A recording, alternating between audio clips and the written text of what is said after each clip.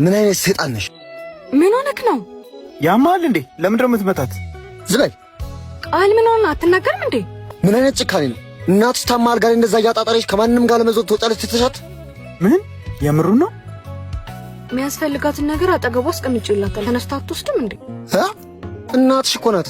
አንድ ነገር ብትሆንስ እንዴት ትተሻት ትወጫለሽ? እውነቱን ነው። እንዴት ትተሻት ትወጫለሽ? እኔ ትድብሻለሁ። እኔን ከምጨቀጭቀኝ አንተ ራስ ቤት አትቀመጥም? እኔ ቤት ተቀምጬ ማናባሽ ጋር ስሽ ሊሞላልሽ ነው? እኔ ያገባኝ ብቻ ሰልችቶኛል። አንቺ ምን አይነት ጭካኔ ነው? እናትሽ አይደለች እንዴ? አየህ የወደፊት ሚስቴ የምትላት እንደዚህ አይነት ሴት ነች። እውነቱን ነው። ለእናትሽ ያልተመለሽ ነገ እኔንም ትገይኛለሽ። አጠገቤ እንዳደርሽ ካሁን በኋላ። አንተ ቆይ ምን ማድረግ ነው? እሱ ስለሄደ ከፋሽ አይደል? አንድ ቀን ተጫት ይገባሻል። እሺ